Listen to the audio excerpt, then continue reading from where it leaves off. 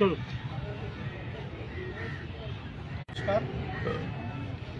যৌথ প্রেস কনফারেন্সে আপনাদের সকলকে সংগ্রামী অভিনন্দন। আমরা এসএসসি 2016 প্যানেলের যোগ্য শিক্ষক, শিক্ষিকা এবং শিক্ষাকর্মীদের তালিকা পাবার জন্য দীর্ঘ লড়াই লড়েছি। মহামান্য কলকাতা হাইকোর্টের নির্দেশে গত 1 সেপ্টেম্বর ওয়েবসাইটে প্রকাশিত হচ্ছে না। আমরা আগামী 23 সেপ্টেম্বর 2025 সকাল 11টায় করুণাময়ীর মোড় থেকে ঐতিহাসিক জমায়েতের মধ্য দিয়ে এসএসসি অভিযানে যাব। মহামান্য সুপ্রিম কোর্টের নির্দেশে যে পরীক্ষা হয়েছে, নতুন চাকরি প্রার্থীরা এই পরীক্ষায় অংশগ্রহণ করেছেন। 10 বছর ধরে বাংলায় শিক্ষক নিয়োগ নেই। সুতরাং আরও অন্তত 35,000-এরও বেশি শূন্যপদ অর্থাৎ আপ টু ডেট ভ্যাকেন্সিতে নিয়োগ করতে হবে। একজনও এসএসসি 2016 প্যানেলের যোগ্য শিক্ষক, শিক্ষিকা কিংবা শিক্ষাকর্মী কেউই যাতে বঞ্চিত না হয়, সেই দাবিতেই আমরা এসএসসি অভিযানে যাব আগামী 23 সেপ্টেম্বর। পুলিশ প্রশাসনকে আমরা চিঠি দিয়েছি, মাননীয় চেয়ারম্যানকে আমরা চিঠি দিয়েছি, রাজ্যের মাননীয় মুখ্যমন্ত্রী মহোদয়াকে আমরা চিঠি দিয়েছি। দুর্নীতিগ্রস্ত যারা আছে তাদের যে কি করুণ হাল হয়, পারিপার্শ্বিক পরিস্থিতি থেকে এই চোর দুর্নীতিগ্রস্ত রাজ্য সরকার যেন শিক্ষা নেন। আমাদের মাঝে রয়েছেন কৃষ্ণগোপাল চক্রবর্তী মেদিনীপুর থেকে, তিনি বলবেন। আরেকবার ছোট্ট করে তোমাদের কারণটা একবার।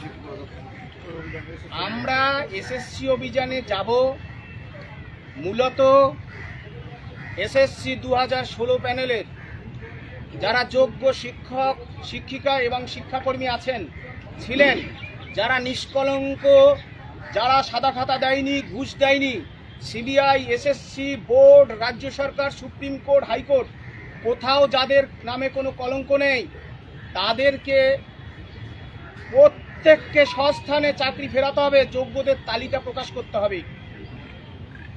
আর 10 বছর ধরে বাংলায় শিক্ষক নিয়োগ নেই। আপ টু ডেট ভ্যাকেন্সিতে প্রত্যেককে মেধার উৎকর্ষতার ভিত্তিতে নিয়োগ দিতে হবে। অনেকে পরীক্ষায় বসতে পারেনি বয়সের কারণে, পলিসি ডিসিশন যারা করেন রাজ্য সরকার, তারা সিদ্ধান্ত নিক। এই সরকার চাকরি দিতে চায় না, এই সরকার চাকরি খেকো সরকার।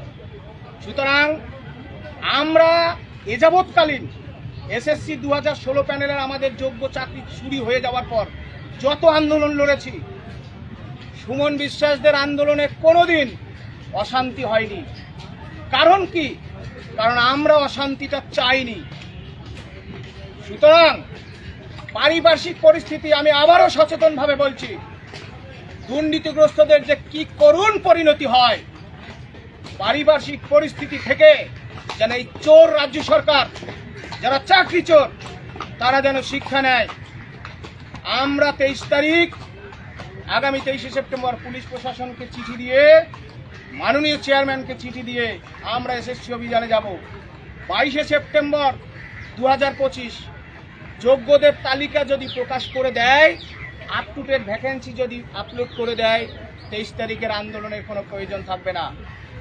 বাংলার যোগ্য শিক্ষকদের ধৈর্য পরীক্ষা রাজ্য সরকার বহুবার নিয়েছে, বারবার হেনস্থা করেছে, কারণ আমরা দুর্নীতির বিরুদ্ধে লড়াই লড়ছি। সুতরাং আমাদের কৃষ্ণগোপাল চক্রবর্তী মহাশয়, তিনি একজন যোগ্য শিক্ষক, দীর্ঘদিন ধরে রাস্তার লড়াই সংগ্রামে দুর্নীতির বিরুদ্ধে লড়াইয়ে আছেন, তিনি বলবেন। নমস্কার সকল সাংবাদিক বন্ধুদের। একই সঙ্গে আমাদের যেটা সুমনবাবু বললেন যে আমাদের যোগ্যদের তালিকা নির্ভুল এবং নিখুঁত তালিকা প্রকাশ করতে হবে কমিশনের অফিসিয়াল ওয়েবসাইটে। একই সঙ্গে আমাদের আরেকটা দাবি থাকবে যে এযাবৎকালীন আমাদের যতজন শিক্ষক, শিক্ষিকা, শিক্ষাকর্মী যারা আমাদের ছেড়ে চলে গেছেন যোগ্য, তাদের কেন এখনো রাজ্য সরকার তাদের ব্যবস্থা নিচ্ছে না তাদের পরিবারের একজনকেও নিরেন পক্ষে চাকরি দিতে হবে। সন্তোষবাবু মারা গেলেন কিছুদিন আগে, পাঁশকুড়ার একজন যোগ্য শিক্ষক, তার আগে সুবল সরেনবাবু চলে গেলেন, রাজ্য সরকারের টুমো নেই, কোনো কথাই বলছে না। অবিলম্বে তাদের পরিবারের তাদের গৃহিণীকে অর্থাৎ তাদের স্ত্রীকে চাকরি দিতে হবে এবং তার সন্তানদের পড়াশোনার দায়িত্ব কিন্তু সম্পূর্ণরূপে রাজ্য সরকারকে নিতে হবে। মুখ্যমন্ত্রী শিক্ষামন্ত্রী কোনো মুখ খুলছে না। কমিশনকে অবশ্যই রাজ্য সরকারের সঙ্গে বসে তাদের পরিবারের চাকরি নিয়ে সুনিশ্চিত করতে হবে, সেই দাবিও আমাদের থাকবে। আর একটা জিনিস হচ্ছে এটা বলার যে 2016 প্যানেলের আমরা যারা যোগ্য শিক্ষক শিক্ষিকা শিক্ষাকর্মী ছিলাম ওটাই আমাদের প্যানেল। যে পরীক্ষা আজকে হয়েছে 10টা চেয়ারম্যান চেঞ্জ হয়েছে, কিন্তু 10 বছর একটা এসএসসি করতে পারেনি। আমাদের এই যোগ্য শিক্ষক শিক্ষিকা শিক্ষাকর্মীদের এই ধারাবাহিক যে আন্দোলন হয়েছে আচার্য সদন এবং বিকাশ ভবন, তার ফলে রাজ্য সরকার বাধ্য হয়েছে, এই অপদার্থ কমিশন বাধ্য হয়েছে পরীক্ষা নিতে। তাই আমরা নতুন যে সমস্ত পরীক্ষার্থীরা এই পরীক্ষায় অংশগ্রহণ করেছে সম্পূর্ণ মেধার ভিত্তিতে, আর যেন কখনো চুরি না করে চাকরি দেওয়া হয়। শিক্ষকতার মতো জায়গায় কিন্তু কোনো চুরি দিয়ে চাকরি দেওয়া যাবে না। তাদেরকে আপ টু ডেট ভ্যাকেন্সিতে অবিলম্বে বিদ্যালয়গুলো পাঠাতে হবে। বিদ্যালয়গুলো শিক্ষক শূন্য হয়ে গেছে, বাংলা ভাষা প্রেম দেখে হবে না। বাংলা ভাষাকে যদি বাঁচাতে হয়, বাংলা স্কুলগুলোকে বাঁচাতে হবে, বাংলা শিক্ষার পরিকাঠামো বাঁচাতে হবে। না হলে কিন্তু বাংলা স্কুলগুলোকে তুলে দিয়ে বাংলা স্কুলগুলোকে ধ্বংস করে কখনো বাংলা শিক্ষার উন্নয়ন হয় না। এটা কিন্তু কমিশনের চেয়ারম্যানের কাছে আমাদের দাবি থাকবে। সেই উপলক্ষে আমরা 23শে সেপ্টেম্বর আমরা হচ্ছে করুণাময়ী থেকে আচার্য সদনের উদ্দেশ্যে কিন্তু আমরা যাব। আমরা আপনাদের বিশেষ করে কয়েকটি তথ্য তুলে দেব। এই যে পরীক্ষা হয়েছে মহামান্য সুপ্রিম কোর্টের নির্দেশে, একাদশ দ্বাদশ শ্রেণীর পরীক্ষায় আপনারা দেখেছেন নদিয়া জেলার বিতাই এবং জঙ্গিপুর কিংবা উত্তরবঙ্গ বিশ্ববিদ্যালয়, সেখানে কিভাবে গণটোকাটুকি হয়েছে। মোবাইল ডিভাইস নিয়ে পরীক্ষায় বসেছিল, একজন গ্রেপ্তারও হয়েছেন। আমরা এসএসসির মাননীয় চেয়ারম্যান সিদ্ধার্থ মজুমদার মহোদয়ের বিবৃতি দাবি করেছিলাম।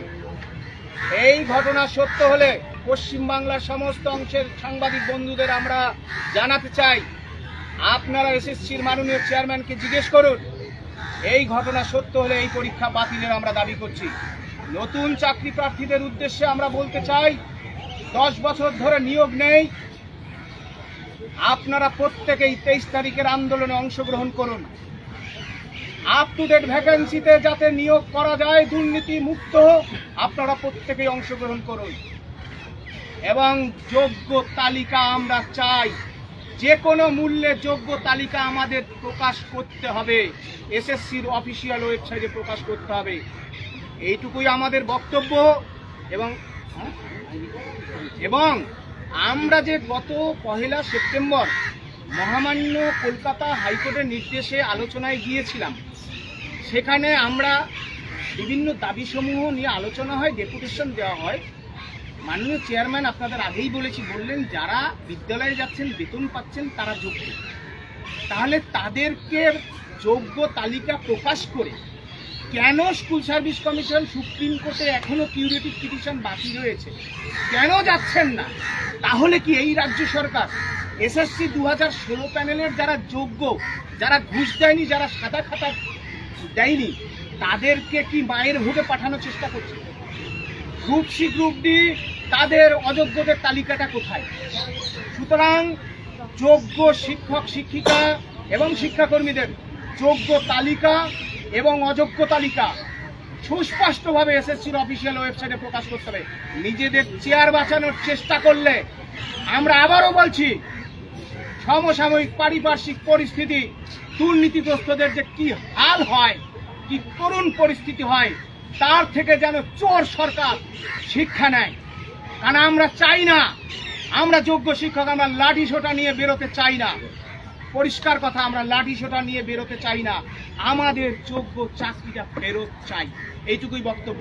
পশ্চিমবাংলার সমস্ত অংশের মানুষ, রাজনৈতিক দল, ছাত্র যুবক, পশ্চিমবাংলার সমস্ত বুদ্ধিজীবী সবাইকে আমরা চিঠি দিয়েছি। আগামী 23শে সেপ্টেম্বর 2025 করুণাময়ী মোড়ে বেলা 11টায়, সকাল 11টায় যে ঐতিহাসিক জমায়েত এবং এসএসসি অভিযান, শান্তিপূর্ণভাবে সেই অভিযানে সবাই আসুন। আপ টু ডেট ভ্যাকেন্সির জন্য আসুন, যোগ্য তালিকা পাওয়ার জন্য আসুন। এই যে শিক্ষা ব্যবস্থাকে বেসরকারীকরণ করে দেওয়ার চেষ্টা চলছে, এর বিরুদ্ধে আসুন। আর যারা আমাদের যোগ্য শিক্ষকরা শিক্ষাকর্মীরা চলে গেছে, তাদের পরিবারকে 10 কোটি টাকার ক্ষতিপূরণ দিতে হবে এই চোর সরকারকে। এই চোরেদের জন্য এদের একটা একটা করে সবুজের স্বপ্ন শেষ হয়ে গেছে। আর যেন কোনো সুবল সন্তোষ দেখতে না হয়, সেজন্য আমরা পশ্চিমবঙ্গ সরকারকে আমরা বলবো, শিক্ষা সচিব বিনোদ কুমার মহাশয়ের কথা না শোনার জন্য সরকারের মুখ পুড়েছে। তিনি চেয়েছিলেন এসএসসি 2016 প্যানেল আলাদাভাবে হোক এবং নতুন আলাদাভাবে হোক, তার কথা না শোনার জন্য সরকারের মুখ পুড়েছে। আর আমাদের মতো যোগ্য শিক্ষকদের শিক্ষাকর্মীদের অবহেলা করলে সরকারের মুখ শুধু পুড়বে নয়, কি করুণ পরিণতি হবে আগামী দিনে আপনারা দেখবেন, ইতিহাস ক্ষমা করবে না। আমরা আমাদের শেষ রক্তবিন্দু দিয়ে আপনাদের বলছি, আমরা এই দুর্নীতির বিরুদ্ধে লড়াইয়ে থাকবো যতক্ষণ বেঁচে আছি, দেহে যতক্ষণ প্রাণ আছে আমরা এই লড়াইয়ে আছি। আপনি যদি বলুন যে আপনি শুরুটাই বলছিলেন যে পরীক্ষা বাতিলের দাবি করছেন, এটা কেন মানে বাতিলের দাবি কেন তুলছেন আপনারা? দেখুন, নদিয়া জেলার বেতাই হাই স্কুল এবং জঙ্গিপুর এবং উত্তরবঙ্গ বিশ্ববিদ্যালয় আপনারা সমাজ মাধ্যমে দেখেছেন।